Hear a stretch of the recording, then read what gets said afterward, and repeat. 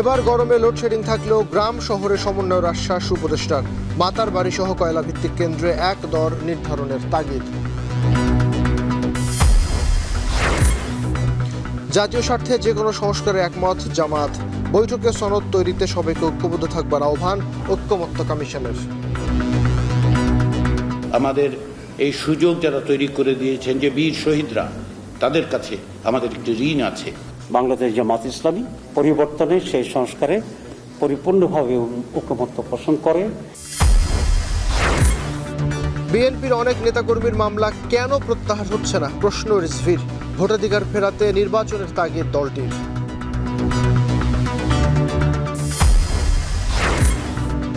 জুলাই অভ্যুত্থান ইস্যুতে সহস্রাধিক মামলার একটিরও তদন্ত শেষ হয়নি। মামলা বাণিজ্য ধীর গতি নিয়ে শহীদ পরিবারের হতাশা।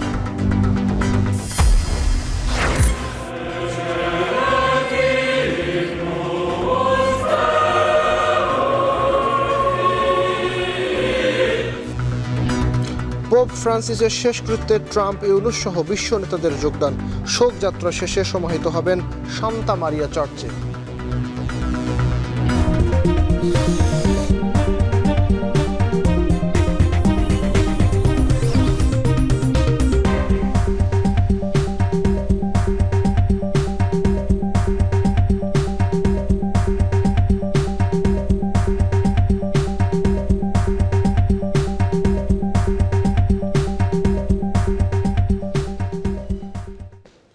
স্বাগত। এখন বিকেলে পুরো আয়োজনের সঙ্গে আছি আমি নাইম আবির।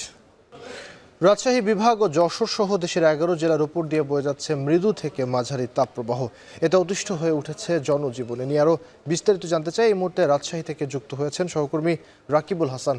রাকিব, জানাবেন তাপপ্রবাহে জনজীবনের উপর কী ধরনের প্রভাব পড়েছে এবং এই অবস্থা আর কতদিন বিরাজ করবে বলে আবহাওয়া অফিস জানিয়েছে? আবির, আজকে আমরা সকাল থেকে আসলে আবহাওয়া অফিসের সাথে খোঁজ রাখছিলাম। তারা যেটি বলছেন যে গেল এক সপ্তাহ জুড়েই কিন্তু আসলে এই যে তাপমাত্রা সেটির পারদ অব্যাহতভাবেই আসলে বাড়ছে এবং গেল 2 দিন বৃহস্পতিবার এবং শুক্রবার 39 ডিগ্রি সেলসিয়াস তাপমাত্রা রেকর্ড করা হয়েছে। আজকে এখন পর্যন্ত আমরা যেটি জানতে পেরেছি 38.3 ডিগ্রি সেলসিয়াস এখন পর্যন্ত উঠেছে।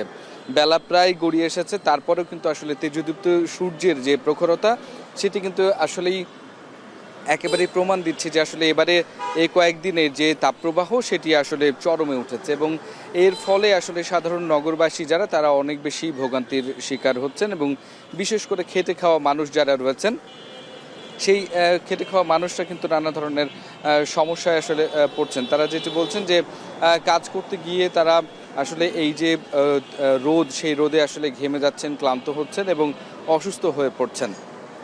আমরা সকাল থেকে আসলে বিভিন্ন নগরীর বিভিন্ন এলাকায় ঘুরেছি। সেখানে আসলে দেখলাম যে সাধারণ মানুষ চলাচল যেখানে বেশি করে, বিশেষ করে বাজার এলাকা, সেই জায়গাগুলো নিয়ে বিভিন্ন স্বেচ্ছাসেবী এবং রাজনৈতিক সংগঠনগুলো তারা কিন্তু পথচারীদেরকে এবং যারা কিনা এই ধরনের কাজগুলো করেন বা ঘর ছেড়ে বেরিয়ে এসেছেন তাদেরকে বিশুদ্ধ পানি দেওয়ার চেষ্টা করেছেন, স্যালাইন দিতে দেখেছি, আমরা জুস দিতে দেখেছি এবং পথচারীরা এগুলো কিন্তু সানন্দে গ্রহণ করেছেন। এবং অনেক জায়গায় রাজশাহীর বিভিন্ন সড়কে যেখানে গাছপালা রয়েছে এখানে মানুষের উপস্থিতি বেশি টের পাওয়া গেছে এবং রাজশাহী নগরীর সার্কিট হাউস রোড সিএনবির দিকটায় সেখানে খানিকটা নিরিবিলি থাকার কারণে আমরা দেখেছি ওখানে পথচারী এবং যারা রিক্সা চালায় তারা কিন্তু খানিকটা দুপুরের দিকে সেখানে বিশ্রাম নেন এবং সেখানে লোক সংখ্যা আসলে অনেক বেশি বেড়েছে এই পরিস্থিতিতে। এবং যেটি আসলে দেখা গেছে আবির, যে বিভিন্ন পুষ্কুনিগুলোতে যারা ছোট বাচ্চারা আছে তারা কিন্তু সেখানে অনেক বেশি সময় কাটিয়েছে।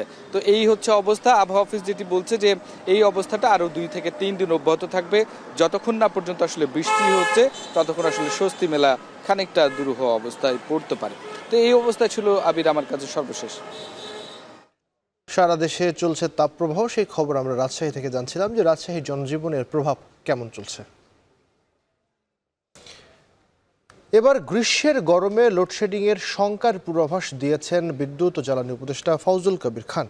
তবে লোডশেডিং সহনীয় মাত্রায় থাকবে এবং গ্রাম ও শহরের মধ্যে সমন্বয় থাকবে। এছাড়াও মাতারবাড়ি বিদ্যুৎ কেন্দ্রের ট্যারিফ প্রতি ইউনিট প্রায় 8.5 টাকা নির্ধারণ করা হয়েছে, যা আদর্শ ধরে অন্যান্য কয়লা বিদ্যুৎ কেন্দ্রকে দর নির্ধারণের তাগিদ দিয়েছেন তিনি। এদিকে দীর্ঘমেয়াদী জ্বালানি সংকট মোকাবেলায় বিআরসি এবং পেট্রোবাংলার মতো প্রতিষ্ঠানগুলোকে শক্তিশালী করবার আহ্বান জানিয়েছেন জ্বালানি বিশেষজ্ঞরা। রকিবুল রাহাত জানাবেন বিস্তারিত। গ্রীষ্মের শুরুতেই সূর্যের তেজ অনুভব করছে মানুষ। তাপমাত্রার পারদ চড়ছে ৩৫ থেকে ৩৯ ডিগ্রি সেলসিয়াস পর্যন্ত, যেখানে অনুভূত তাপমাত্রা আরও বেশি। তাতে গরমে হাঁসফাঁস অবস্থা মানুষের। শরীর শীতল করতে বৈদ্যুতিক পাখা কিংবা শীতাতপ নিয়ন্ত্রণ যন্ত্রের উপর ভরসা রাখছেন নাগরিকরা। বাংলাদেশ বিদ্যুৎ উন্নয়ন বোর্ডের হিসাবে এবছর গ্রীষ্মে ও সেচ মৌসুমে বিদ্যুতের চাহিদা প্রায় ১৮,০০০ মেগাওয়াট হতে পারে। চাহিদা উৎপাদনের অনুপাতে যেখানে ঘাটতি প্রায় ৭০০ থেকে ১৪০০ মেগাওয়াট। দেশে বিদ্যুৎ, গ্যাস তথা জ্বালানি সংকট নিয়ে এক সেমিনার আয়োজন করে forum of energy reporters Bangladesh. বিশেষজ্ঞরা প্রশ্ন তোলেন জ্বালানির মূল্য নির্ধারণ ও জ্বালানি উৎপাদনের সক্ষমতা নিয়ে। ব্যাপেক্স তখন হয় দুর্বল ছিল কিংবা অন্যখানে তারা ব্যস্ত ছিল, তো সবগুলো গ্যাস ফিল্ডকে আপনি প্রোডাকশন কোম্পানি করে দেন না। ব্যাপেক্স যদি প্রোডাকশন কোম্পানি হয় তাহলে প্রোডাকশন কোম্পানিকে এক্সপ্লোরেশন কোম্পানি করেন। We need more exploration. Petrobangla যেভাবে গ্যাস প্রাইস করে নিয়ে আসছে, বিবিসি যেভাবে গ্যাস প্রাইস করে জমা দিচ্ছে, যেভাবে পিডিবি জমা দিচ্ছে, আসলেই তারা প্রমাণ করছে যে তাদের যোগ্যতা নেই, প্রাইসিং এর যোগ্যতা তাদের নেই। যে প্রশ্নগুলো ফেস করছে গণশুনানিতে, তারা পরবর্তী ফিরে যেয়ে সেইগুলোকে রিপেয়ার করে আবার তাদের আনা উচিত।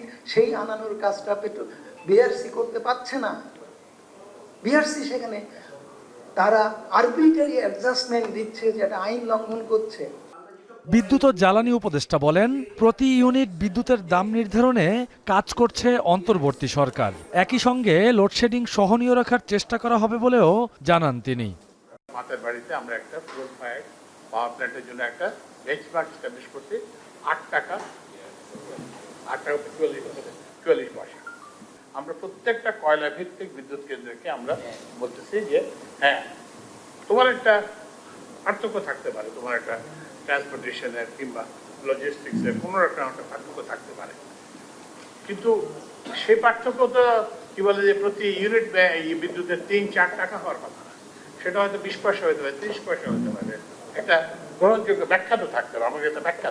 কাতার থেকে পিপিপির মাধ্যমে এলএনজি আমদানির প্রসঙ্গে জ্বালানি উপদেষ্টা জানান, চলমান চুক্তিতে দাম কমাবে না দেশটি, তবে নতুন চুক্তি হলে দাম কমানোর আশ্বাস দিয়েছেন তারা।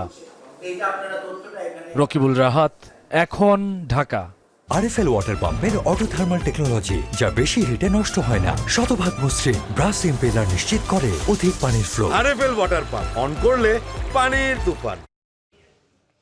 জাতীয় স্বার্থে যে কোনো সংস্কারে একমত জামাত ইসলামী। সকালে জাতীয় ঐক্যমত্য কমিশনের বৈঠকে শুরুতেই কথা বলেন দলটির নায়েবে আমির আব্দুল্লাহ মোহাম্মদ তাহের। এ সময় ঐক্যমত্য কমিশনের সহ সভাপতি ডক্টর আলী রিয়াজ বলেন, ফ্যাসিবাদের বিরুদ্ধে জামাতের অবদান জাতি স্মরণে রাখবে। আরও বিস্তারিত প্রতিবেদনে।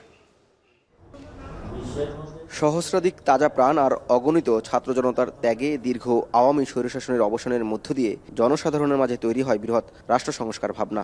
ফলে গঠন করা হয় সংস্কার কমিশন, যা বর্তমানে কাজ করছে জাতীয় ঐক্যমত্য কমিশন নামে। রাজনৈতিক দলগুলোকে এক ছাদের নিচে এনে রাষ্ট্র সংস্কারের যে উদ্যোগ কমিশনগুলো নিয়েছিল, সেগুলো বাস্তবায়নে সবার সঙ্গে ঐক্যমত্যে পৌঁছাতে মার্চ থেকেই আলোচনা শুরু করেছে কমিশন। সংস্কার নিয়ে ঐক্যমত্য পৌঁছাতে সকালে জাতীয় সংসদ ভবনের এলডি হলে জাতীয় ঐক্যমত্য কমিশনের সাথে বৈঠকে বসে জামায়াত ইসলামীর প্রতিনিধি দল। বৈঠক পূর্ব সূচনা বক্তব্যে জামায়াতের নায়েবে আমির ডাক্তার আব্দুল্লাহ মোহাম্মদ তাহের বলেন, জাতীয় স্বার্থে সকল সংস্কারে ঐক্যমত্য পোষণ করবে তার দল। যেখানে যেখানে আমাদের নতুন কিছু সংযোজনের প্রয়োজন আছে, কিছু বিয়োজনের প্রয়োজন আছে, কল্যাণের জন্য যেটা প্রয়োজন, বাংলাদেশ জামাত ইসলামী সেই কাজে, সেই পরিবর্তনে, সেই সংস্কারে পরিপূর্ণভাবে ঐক্যমত্য পোষণ করে। এ সময় তিনি আরো বলেন, স্থায়ী গণতান্ত্রিক ব্যবস্থা প্রতিষ্ঠা ও সার্বভৌমত্ব রক্ষায় অঙ্গীকারবদ্ধ থাকবে জামায়াত। কিছু বিয়োজনের প্রয়োজন আছে এবং যেটা দেশের জন্য কল্যাণকর, জাতির জন্য কল্যাণকর। আমরা দলীয় দৃষ্টিভঙ্গি থেকে দলীয় স্বার্থ এবং ব্যক্তির স্বার্থকে আমরা কখনোই প্রাধান্য দিতে চাই না, আমরা প্রাধান্য দেব না। অন্যদিকে ফ্যাসিবাদের বিরুদ্ধে জামায়াতের অবদান জাতির স্মরণে থাকবে বলে মন্তব্য করেন জাতীয় ঐক্যমত্য কমিশনের সহসভাপতি অধ্যাপক ডক্টর আলী রিয়াজ। বলেন, জাতীয় সনদের দিকে অগ্রসর হওয়াই তাদের মূল লক্ষ্য। অত্যন্ত দ্রুততার সঙ্গে একটি জাতীয় সনদে উপনীত হতে চাই, এটাও স্মরণ করা দরকার যে এক ঐতিহাসিক মুহূর্তে আমরা আছি। আমাদের এই সুযোগ যারা তৈরি করে দিয়েছেন যে বীর শহীদরা, তাদের কাছে আমাদের একটি ঋণ আছে, যেন এই সুযোগ কোনো অবস্থাতে হাতছাড়া হয়ে না যায়, যেন এই সুযোগকে কেন্দ্র করে আমরা এমন এক বাংলাদেশ তৈরি করতে পারি যেখানে কোনো অবস্থাতেই কাউকে নিপীড়নের মুখে পড়তে না হয়, বিচার বা বিচার বহির্ভূত ব্যবস্থার মধ্যে যেন তাকে মোকাবেলা করতে না হয়। সব রাজনৈতিক দলগুলোর ঐকমত্যের ভিত্তিতে অতি দ্রুতই জুলাই সনদ তৈরি করা সম্ভব হবে বলে মনে করছে জামায়াত ইসলামী ও জাতীয় ঐকমত্য কমিশন। জাওয়াদ মাহমুদ, এখন, ঢাকা। জাতীয় ঐকমত্য কমিশনে জামায়াত ইসলামের বৈঠক নিয়ে আরও বিস্তারিত জানাতে এই মুহূর্তে আমাদের সাথে সরাসরি যুক্ত আছেন জাওয়াদ মাহমুদ, তার সাথে যুক্ত হচ্ছি।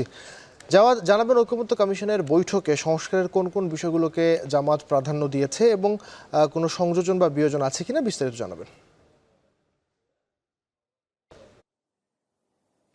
আবির, এর আগেও জানিয়েছিলাম যে আজকে সকাল 10:30 আনুষ্ঠানিকভাবে জামায়াতের সাথে ঐকমত্য কমিশনের এই সংস্কার প্রস্তাবনা নিয়ে সংসদ ভবনে এলডি হলে বৈঠক করছে তারা, অর্থাৎ দিনব্যাপী এই বৈঠকটি হওয়ার কথা রয়েছে। যদিও তারা বলছে যে 5টার মধ্যেই শেষ করতে পারবেন তাদের আজকের এই বৈঠকটি, এখনো প্রায় ঘন্টাখানেক বাকি আছে বৈঠক শেষ হওয়ার। কিন্তু এর আগে তারা জামায়াত এবং এই ঐকমত্য কমিশনের সহসভাপতি অধ্যাপক ডক্টর আলী রিয়াজ এবং জামায়াতের পক্ষ থেকে আব্দুল্লাহ মোহাম্মদ তাহের, দলটির নায়েবে আমির যিনি, তারা দুজনে সূচনা বক্তব্যে বলেছেন। তারা বলেছেন আসলে যে বিষয়গুলো নিয়ে, বিশেষ করে জামায়াতের যে এই যে সংস্কার প্রস্তাবনা নিয়ে ঐকমত্য কমিশন যেটি দিয়েছিল, প্রত্যেকটা রাজনৈতিক দলগুলোকেই যেগুলো নিয়ে মতবিরোধ আছে 53টি, এরকম তারা বলছেন যে তাদের মতবিরোধ আছে বিষয়গুলো নিয়ে। তো সেই বিষয়গুলো নিয়ে তারা আজকে মূলত আলোচনা করবেন এবং প্রথম পর্বে অর্থাৎ সকালে মধ্যাহ্নভোজের আগে জামাত একটি সংক্ষিপ্ত বা ব্রিফ করেছিল সাংবাদিকদের উদ্দেশ্যে। সেখানে বলেছিল তারা সংবিধান নিয়ে আলোচনা করছেন এবং সেখানে সাংবাদিকরা জানতে চেয়েছিল আসলে কোন বিষয়ে সংবিধানের ঐক্যমত তারা পোষণ করেছে। যেটি তারা দুটি বিষয় জানিয়েছেন, তখন তারা বলেছিলেন যে এই দ্বিকক্ষ বিশিষ্ট সংসদ এবং এছাড়া রাষ্ট্রপতি এবং প্রধানমন্ত্রীর এই সময়সীমা এবং সংসদের সময়সীমা 5 বছর, এই বিষয়ে তারা মত দিয়েছে, এই বিষয়গুলো জানিয়েছিলেন। এবং এর বাইরে তারা কিছু জানায়নি। তারা বলেছে যে 5টার সময় তারা যে সংবাদ সম্মেলনটি করবে আনুষ্ঠানিকভাবে, সেখানে তারা আজকের দিনের যে বৈঠকগুলোর সামগ্রিক বিষয় সেগুলো তারা পরিষ্কার করবেন। এই ছিল আমার কাছে ঐকমত্য কমিশনের যে বৈঠক জামায়াত ইসলামের সাথে তার সবশেষ। ঐকমত্য কমিশনের সঙ্গে জামায়াত ইসলামের বৈঠকের সবশেষ খবর জানছিলাম। প্রধান উপদেষ্টার বিরুদ্ধে থাকা মামলা প্রত্যাহার হলেও বিএনপি নেতাকর্মীদের মামলা কেন প্রত্যাহার হচ্ছে না জানতে চেয়ে প্রশ্ন তুলেছেন বিএনপির সিনিয়র যুগ্ম মহাসচিব রুহুল কবির রিজভী। অন্যদিকে গণতন্ত্র ও মানুষের ভোটাধিকার ফিরিয়ে আনতে নির্বাচিত সরকারের বিকল্প নেই বলে মন্তব্য বিএনপি চেয়ারপারসনের উপদেষ্টা আব্দুস সালামের। রাজধানীতে আলাদা দুটি অনুষ্ঠানে তারা এসব কথা বলেন। বিস্তারিত প্রতিবেদনে। জাতীয় নির্বাচনের সুনির্দিষ্ট তারিখ ঘোষণার দাবিতে নয়াপল্টনে বিএনপির কেন্দ্রীয় কার্যালয়ের সামনে জিয়া মঞ্চের মানববন্ধন। সেখান থেকে স্লোগানে দাবি জানানো হয় দ্রুত নির্বাচনের।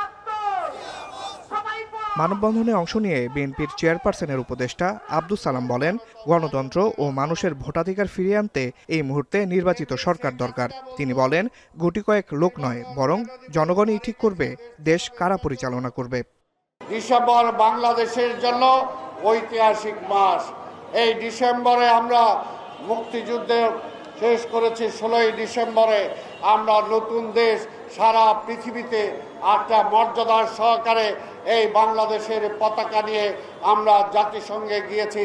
তাই আমরা বিশ্বাস করি আজকে ডক্টর ইউনূস সাহেবের সরকারও এই ডিসেম্বরের মধ্যে একটি নির্বাচন দিয়ে তিনি বাংলাদেশের ইতিহাসে নিজের নাম স্বর্ণাক্ষরে লিখিয়ে রাখবেন।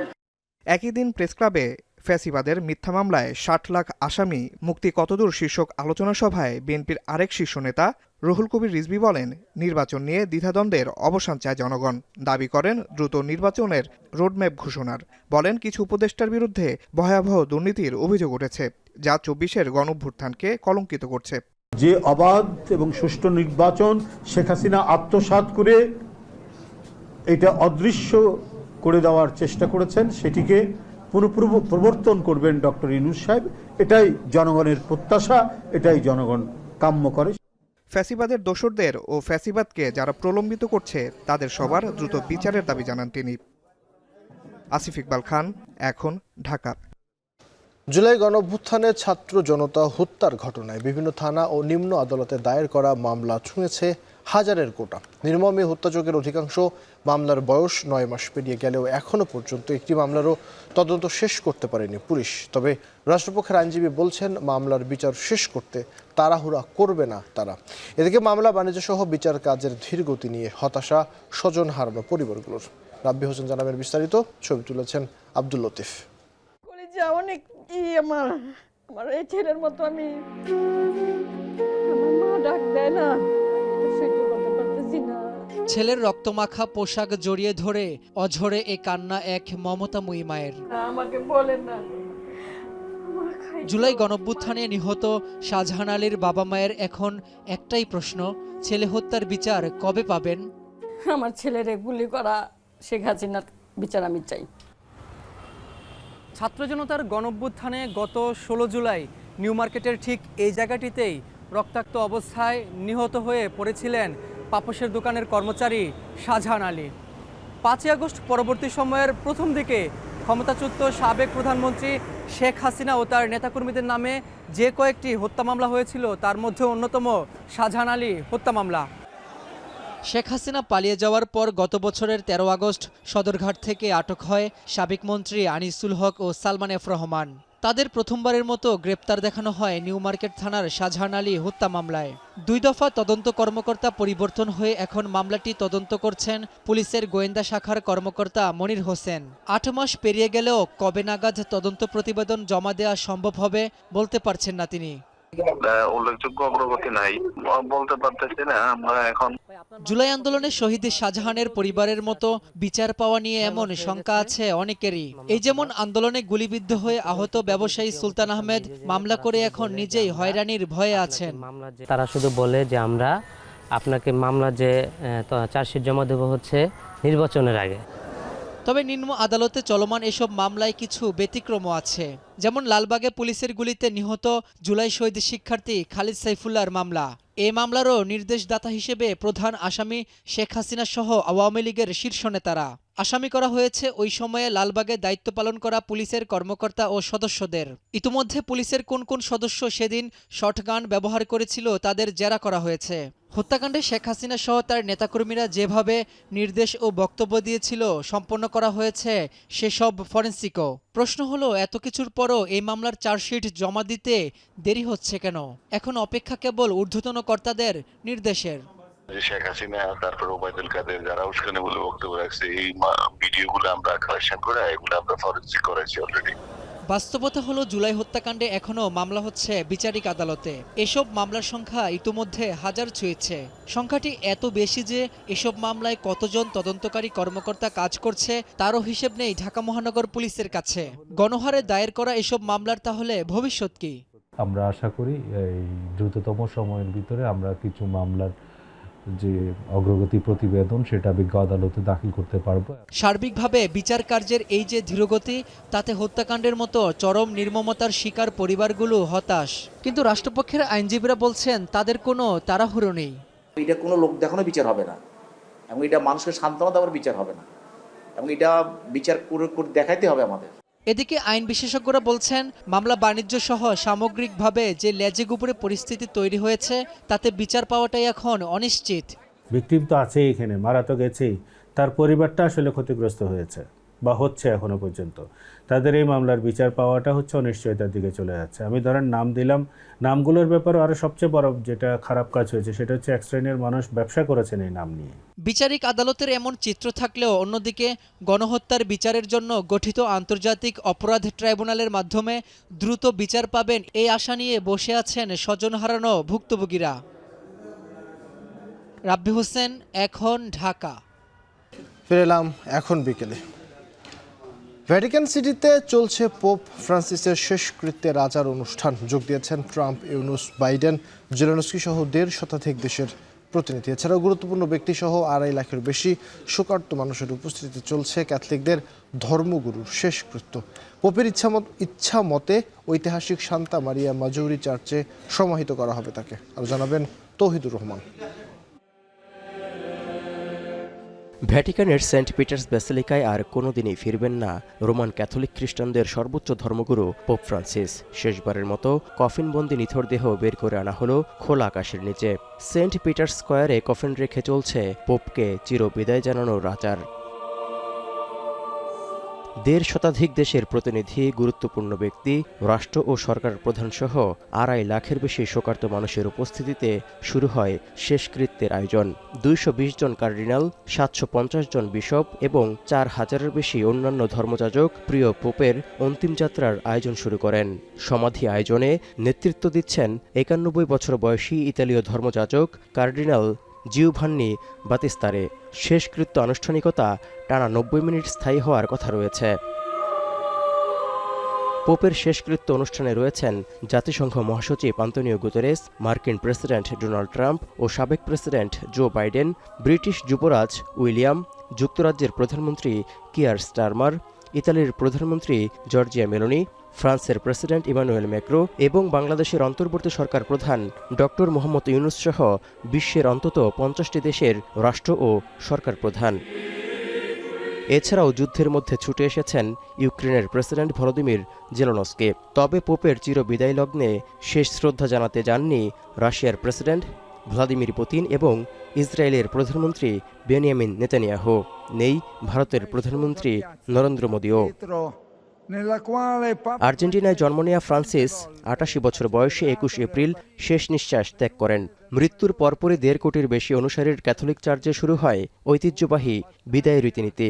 ২০১৩ সাল থেকে ক্যাথলিক খ্রিস্টানদের ধর্মগুরুর দায়িত্ব পালন করেছেন পোপ ফ্রান্সিস। গত ২০ বছরে এই প্রথম কোনো ধর্মগুরু দায়িত্ব পালন করা অবস্থায় মারা গেলেন। পোপের ইচ্ছা অনুযায়ী ঐতিহ্যবাহী সান্তা মারিয়া মাজৈরি চার্চে সমাহিত করা হবে তাকে। ফ্রান্সিসকে সমাধিস্থ করার পর শুরু হবে নতুন পোপ নির্বাচনের আনুষ্ঠানিকতা। তৌহিদুর রহমান, এখন বিশ্ব। ক্যাথলিকদের ধর্মগুরু পোপ ফ্রান্সিসের শেষকৃত্যের আনুষ্ঠানিকতা সবশেষ খবর জানাতে সেন্ট পিটার্স স্কোয়ার থেকে যুক্ত হয়েছেন সহকর্মী মনিরুজ্জামান মনির। মনির, এই মুহূর্তে শেষকৃত্যে কোন পর্যায়ে রয়েছে এবং শোক যাত্রা কখন শুরু হবে?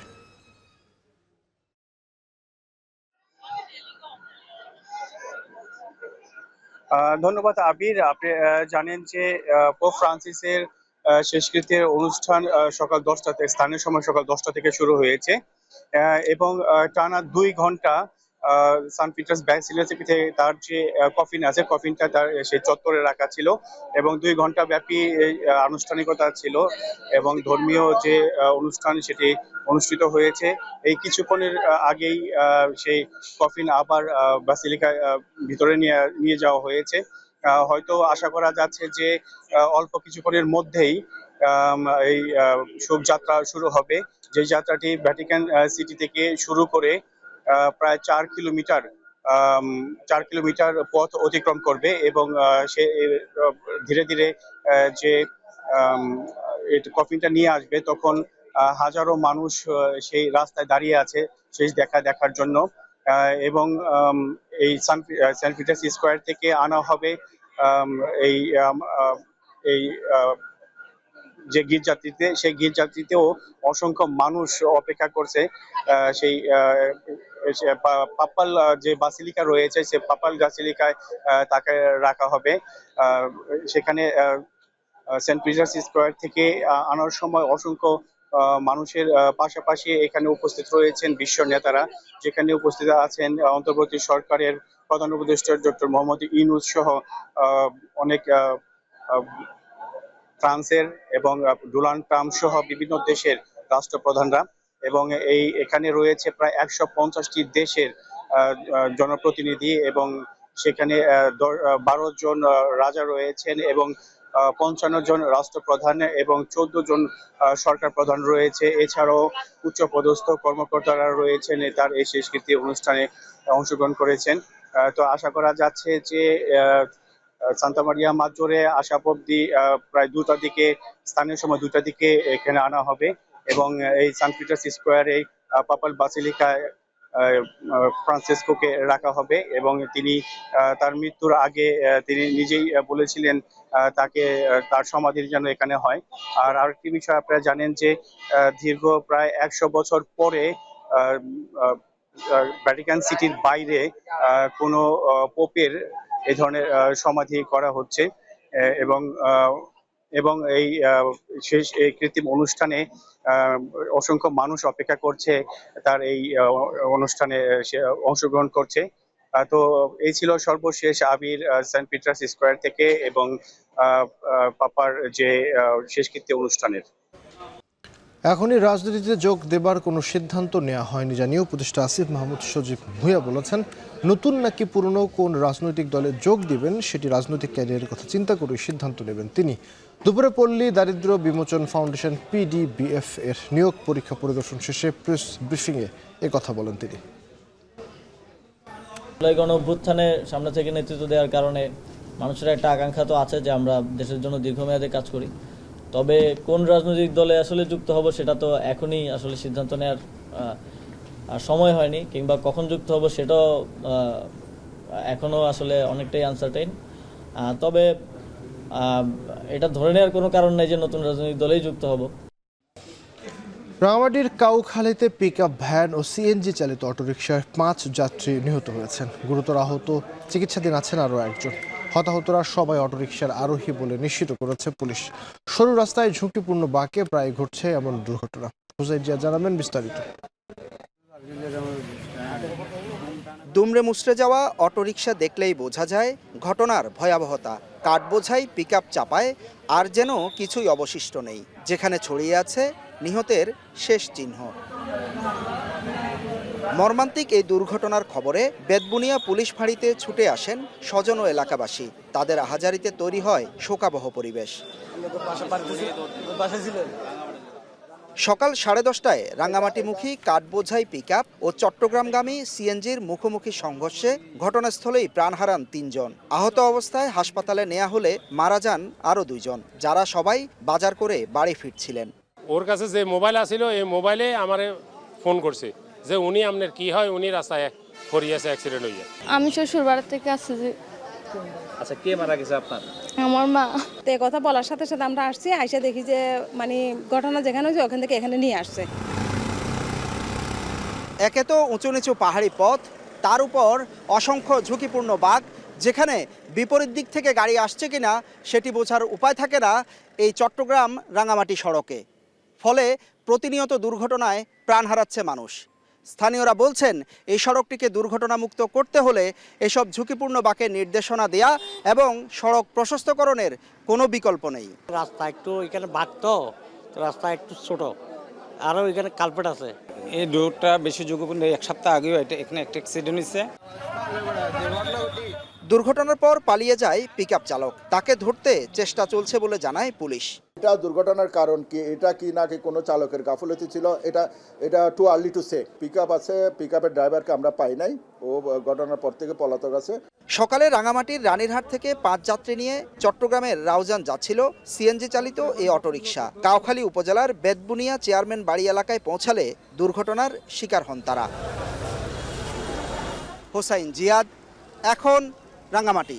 দেশের 1 নম্বর gas stove RFL gas stove, যা বেশি তাপেও ফাটে না আর হ্যাসেল ফ্রি অটো ইগনিশন নিশ্চিত করে ঝামেলাহীন রান্না। আরএফএল গ্যাস স্টোভ, নিরাপদ ও ঝামেলাহীন।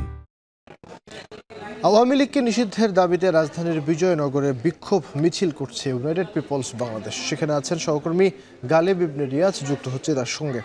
গালিব, বিক্ষোভ মিছিল থেকে মূলত কি ধরনের দাবি দেওয়া করা হচ্ছে এবং কি বলছেন বক্তারা, বিস্তারিত বলবেন। আবির, আওয়ামী লীগ নিষিদ্ধকরণ দাবিতে ইউনাইটেড পিপলস বাংলাদেশ তারা বিক্ষোভ মিছিল করছে এবং কিছুক্ষণ আগে বিক্ষোভ মিছিলটি শুরু হয়েছে। সেটি শুরু হয়েছে বিজয়নগর পানি ট্যাঙ্কি থেকে, এখন পুরনো পল্টনের যে মোড় সেদিকে এগিয়ে যাচ্ছে। এবং এই বিক্ষোভ মিছিল থেকে যেটা মূলত দাবি সেটি হচ্ছে আওয়ামী লীগকে নিষিদ্ধ করতে হবে, যেটি জুলাই পরবর্তী যে আন্দোলনের পরে সব যে ফ্যাসিবাদদের ফ্যাসিবাদ মুক্ত আন্দোলনে যারাই শরিক ছিল না কেন প্রত্যেকেরই যে দাবিটি সেটি হচ্ছে একমাত্র আওয়ামী লীগ নিষিদ্ধকরণ করতে হবে। এই ইউনাইটেড পিপলস বাংলাদেশে যেটিকে বলা হয় আপ বাংলাদেশও তারা এই জুলাই গণ অভ্যুত্থানের পরেই নতুন একটি রাজনৈতিক দল হিসেবে আত্মপ্রকাশ করেছে, যাদের প্রধান আহ্বায়ক এখন আছেন আলী হাসান জুনায়েদ এবং তার নেতৃত্বেই এই বিক্ষোভ মিছিলটি শুরু হয়েছে। এই মিছিল থেকে অনেক স্লোগান আসছে, যেটা আমরা জুলাই গণ অভ্যুত্থানেও শুনেছি। এর সাথে নতুন করে যে যুক্ত হয়েছে সেগুলো হচ্ছে যে এই যে জুলাই গণহত্যার সাথে আওয়ামী লীগ যেভাবে জড়িত, এই গণহত্যার বিচার করতে হবে এবং এই বিচার করতে গিয়ে দল হিসেবে আওয়ামী লীগকে এর দায় কোনোভাবে এড়াতে পারে না, সে কারণে তাদেরকে নিষিদ্ধ করার মূলত প্রধান যে দাবি সেটি হচ্ছে একমাত্র দাবি। এছাড়া আরও বিভিন্ন স্লোগান তারা দিচ্ছেন, সেটি হচ্ছে যে শেখ হাসিনার ফাঁসি তারা চান, সেই সাথে এর সাথে জড়িত ওই সময় যারা ছিলেন তাদেরও ফাঁসির কাজটা ঝোলাতে হবে, সেই ধরনের স্লোগানও তারা দিচ্ছেন। এছাড়া আরও একটি বিষয় এই বিক্ষোভ মিছিল থেকে আমরা সেটি পাচ্ছি, সেটি হচ্ছে যে নতুন যে বাংলাদেশ গড়ার একটি প্রত্যয় তারা দেখাচ্ছেন এবং নতুন বাংলাদেশ গড়ার যে স্বপ্ন এই জুলাইয়ের পরে এসেছে সেটিকে যেন কোনোভাবেই নষ্ট না হয়, অন্তর্বর্তী সরকারের যে সংস্কার প্রক্রিয়া সেটি যে চলছে এটাকে যেন প্রত্যেকেই যেন সাপোর্ট করে, এই বিষয়টি আসলে এই মিছিল থেকে আমরা দেখতে পাচ্ছি। একই সাথে আমরা যেটি বারবারই দেখতে পাচ্ছি, আওয়ামী লীগের নিষিদ্ধকরণের ব্যাপারটা তো রয়েছে এবং ভবিষ্যতে যেন আওয়ামী লীগের নাম নিয়ে আর কেউ রাজনীতিতে মাঠে নামতে না পারে এবং নির্বাচন করতে যেন না পারে, সেই বিষয়টিও নিশ্চিত করার দাবি এই বিক্ষোভ মিছিল থেকে উঠে আসছে। এই মুহূর্তে আমরা পুরনো পল্টনের যে মোড় রয়েছে সেখানে অবস্থান করছি। এটি আবার বিজয়নগর পানির ট্যাঙ্কিতে গিয়ে এই বিক্ষোভ মিছিল শেষ হওয়ার কথা রয়েছে। আবির, এই ছিল আমার কাছ থেকে সর্বশেষ এই ইউনাইটেড পিপলস বাংলাদেশের আওয়ামী লীগ নিষিদ্ধকরণ বিক্ষোভ মিছিল থেকে সর্বশেষ। দেশের বাইরের প্রসঙ্গ, ইউক্রেনের সংঘাত বন্ধে রুশ প্রেসিডেন্ট ও মার্কিন প্রতিনিধির বৈঠক ফলপ্রসূ হয়েছে উল্লেখ করে যুক্তরাষ্ট্রের প্রেসিডেন্ট ডোনাল্ড ট্রাম্প বলেছেন, শান্তি চুক্তির দ্বারপ্রান্তে কিয়েভ ও মস্কো। ক্রেমলিনও দাবি করছে ইউক্রেন ইস্যুতে যুক্তরাষ্ট্র ও রাশিয়ার মধ্যে মত পার্থক্য ছিল শুক্রবারের বৈঠকের পর তা অনেকটাই কমেছে। যদিও রয়টার্স বলছে ট্রাম্পের প্রস্তাবিত শান্তি চুক্তির অধিকাংশ গুরুত্বপূর্ণ পয়েন্টের বিরোধিতা করছে কিয়েভ ও ইউরোপের মিত্রশক্তি। এদিকে রাজধানী মস্কোতে রুশ প্রেসিডেন্ট ভ্লাদিমির পুতিন ও যুক্তরাষ্ট্রের বিশেষ প্রতিনিধি স্টিভ উইটকফ যখন ইউক্রেন যুদ্ধ বন্ধের আলোচনা করছেন, তখনও মধ্য ইউক্রেনের শিল্পাঞ্চল লক্ষ্য করে ড্রোন হামলা চালিয়েছে রাশিয়া। বসে নেই কিয়েভ, রুশ সেনাদের ঘাঁটি ও অস্ত্রাগার পাল্টা আঘাত হেনেছে জেলেনস্কি বাহিনী। ইউক্রেনীয় সেনাবাহিনীর জেনারেল স্টাফ রয়টার্সকে নিশ্চিত করেছেন, ওয়াশিংটন মস্কো বৈঠক চলাকালে ১৫০ শতাধিকবার কিয়েভ সেনাদের সঙ্গে সম্মুখ যুদ্ধে জড়িয়েছে মস্কো। এদিকে সামরিক অভিযানের মাধ্যমে ক্রিমিয়া পুনর্দখলের জন্য ইউক্রেনের কাছে যথেষ্ট অস্ত্র নেই বলে মন্তব্য করেছেন ইউক্রেনের প্রেসিডেন্ট।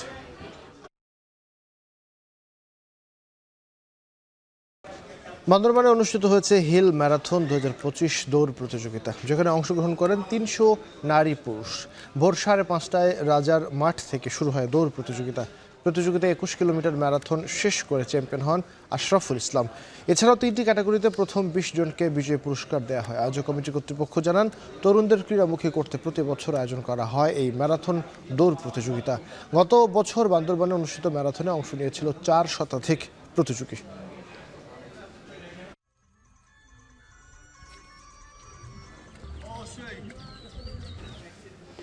শেষ করছি এখন বিকেল, তার আগে প্রধান খবরগুলো আরও একবার। এবার গরমে লোডশেডিং থাকলেও গ্রাম শহরে সমন্বয়ের আশ্বাস উপদেষ্টার। মাতার বাড়িসহ কয়লাভিত্তিক কেন্দ্র এক দর নির্ধারণের তাগিদ। জাতীয় স্বার্থে যে কোনো সংস্কারের একমত জামাত, বৈঠকে সনদ তৈরিতে সবাইকে ঐক্যবদ্ধ থাকবার আহ্বান ঐক্যমত্য কমিশনের।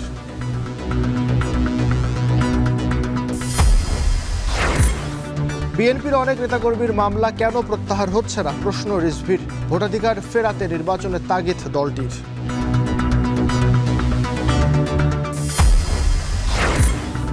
জুলাই গণঅভ্যুত্থান ইস্যুতে সহস্রাধিক মামলার একটিরও তদন্ত শেষ হয়নি। মামলা বাণিজ্য ও ধীর গতি নিয়ে শহীদ পরিবারে হতাশা।